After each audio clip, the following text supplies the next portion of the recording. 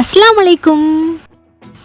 இன்றைக்கி பார்க்கும்போதே எச்சி ஊறுற மாதிரி இன்ஸ்டன்ட் மாங்காய் ஊறுகாய் தாங்க பார்க்க போகிறோம். இது செய்கிறதுக்கு வெறும் 5 நிமிஷம் போதுங்க. ஆனால் வருஷ கணக்கில் கெட்டு போகாமல் இருக்கும். வாங்க எப்படி செய்யலான்னு பார்க்கலாம். அதுக்கு இதை மாதிரி எந்த மாங்காவாக இருந்தாலும் பரவாயில்ல, 2 மாங்காய் எடுத்திருக்கேன். இதை மாதிரி துருவி எடுத்துக்கலாம். துருவி எடுக்கலைன்னா பரவாயில்ல, சின்ன சின்னதாக கட் பண்ணி கூட எடுத்துக்கலாம். துருவி எடுத்தால் நல்லா மசிஞ்சு நம்மளுக்கு டேஸ்ட் நல்லா இருக்குங்கிறதுனால நான் துருவி எடுத்திருக்கேன். இதை மாதிரி 2 மாங்காவை ஃபுல்லாக துருவி எடுத்து அதை ஒரு பவுலில் ட்ரான்ஸ்ஃபர் பண்ணிக்கலாம். மறக்காமல் என்னோடய சேனலை சப்ஸ்கிரைப் பண்ணிவிடுங்க. இதை மாதிரி ஒரு பெரிய பாத்திரத்தில் நம்ம துருவி எடுத்த மாங்காவை ட்ரான்ஸ்ஃபர் பண்ணிக்கலாம்.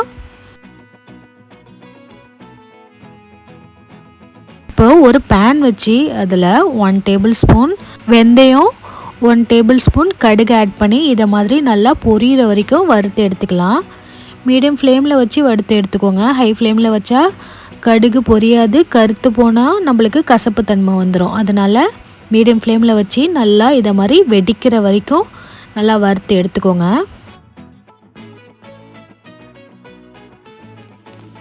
இதை மாதிரி நம்மளுக்கு சவுண்ட் கேட்குது பாருங்கள். அதை மாதிரி ஒன்று ஒன்றா நம்மளுக்கு வெடித்து வந்தால் கரெக்டாக எல்லாமே வெடித்து வந்துடும். இந்த டைமில் ஸ்டவ் ஆஃப் பண்ணிவிட்டு இதை அப்படியே ஒரு மிக்ஸி ஜாரில் போட்டு நல்லா கிரைண்ட் பண்ணி எடுத்துக்கலாம்.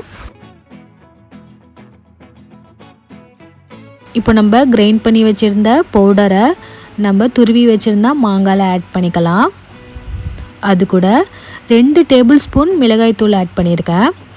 இது தனி மிளகாய்த்தூள் தான். 2 டேபிள் ஸ்பூன் ஆட் பண்ணி ஊறுகாய்க்கு தேவையான உப்பு ஆட் பண்ணியிருக்கேன். இப்போது ஒரு பேன் வச்சு அதில் 4 டேபிள் ஸ்பூன் நல்லெண்ணெய் ஆட் பண்ணியிருக்கேன். நல்லெண்ணெய் ஹீட் ஆனதுக்கப்புறமா 6 டேபிள் ஸ்பூன் கடுகு ஆட் பண்ணிக்கலாம். கடுகு நல்லா பொரிஞ்சதுக்கப்புறமா 10 பல்லு பூண்டு இதை மாதிரி நான் கட் பண்ணி அதையும் ஆட் பண்ணியிருக்கேன். பூண்டு ஆட் பண்ணுறப்ப நம்மளுக்கு டேஸ்ட் ரொம்ப அட்டகாசமாக இருக்கும். அது கூட பெருங்காயத்தூள், 5 வரமிளகாவை கிள்ளி அதையும் ஆட் பண்ணியிருக்கேன்.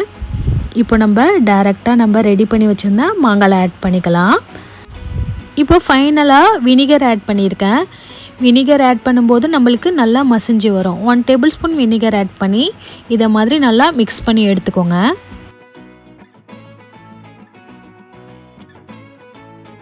இதை மாதிரி நல்லா மிக்ஸ் பண்ணதுக்கு அப்புறமா நம்ம 4 மணி நேரம் அப்படியே விட்டுடலாம்.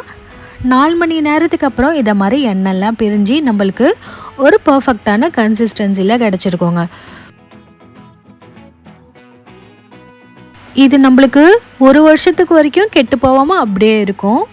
வெளியில் வச்சு சர்வ் பண்ணும்போது 3 மாதத்துக்கு கெடாமல் அப்படியே இருக்கும். ஈரம் படாமல் பார்த்துக்கோங்க.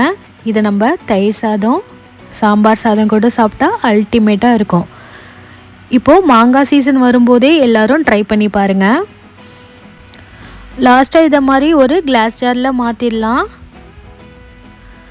என்னோடய சேனலை யாராவது புதுசாக பார்க்குறீங்கன்னா சப்ஸ்கிரைப் பண்ணுங்கள். இந்த வீடியோ பிடிச்சிருந்துச்சின்னா ஒரு லைக் பண்ணுங்கள்.